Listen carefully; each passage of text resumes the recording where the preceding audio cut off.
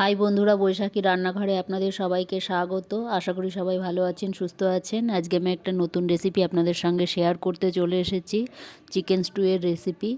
এই রেসিপিটি কিভাবে তৈরি করব সেটা আপনাদের সঙ্গে শেয়ার করব। এই যে এখানে আমি চিকেন নিয়ে নিয়েছি,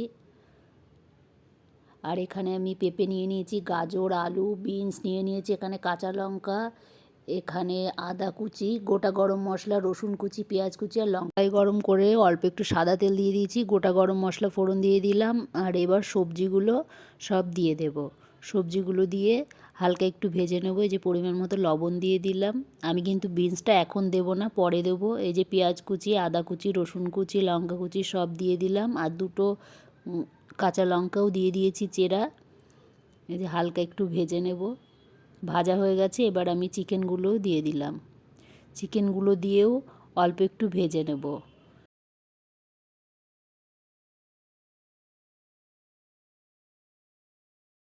ভাজা হয়ে গেছে, এবার আমি জল দিয়ে দিলাম, পরিমাণ মতো জল দিয়ে দিলাম, লবণ দিয়ে দিলাম। এই যে ফুটে উঠেছে ঝোলটা, এবার আমি কর্নফ্লাওয়ার গুলে দিয়ে দিলাম। আর একটু বেশি করে জল দিয়ে দিয়েছি স্যুপের জন্য।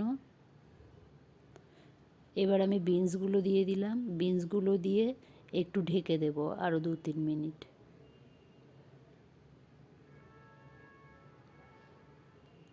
এবার আমি গরম মশলা দিয়ে দিলাম। এই যে আমার রেডি হয়ে গেছে চিকেন স্টু। এবার আমি নামিয়ে নেব। এই রেসিপিটি আপনাদের যদি ভালো লেগে থাকে একটা লাইক, কমেন্ট এবং প্রচুর শেয়ার করবেন। আমার এই চ্যানেলে যেই বন্ধুরা নতুন, সাবস্ক্রাইব করে দেবেন, পাশের বেল আইকনটি প্রেস করে দেবেন নতুন নতুন রেসিপির ভিডিও পেতে। এই যে ওপর থেকে আমি একটু বাটার দিয়ে দিয়েছি আর গোলমরিচের গুঁড়ো দিয়ে দিয়েছি। আপনারাও এইভাবে খুব সহজেই চিকেন স্টু তৈরি করে ফেলুন বাড়িতে। খেতে কিন্তু খুবই সুন্দর হয়। আজকে এই পর্যন্তই, আবার অন্য কোনো দিন অন্য কোনো নতুন রেসিপি নিয়ে চলে আসবো।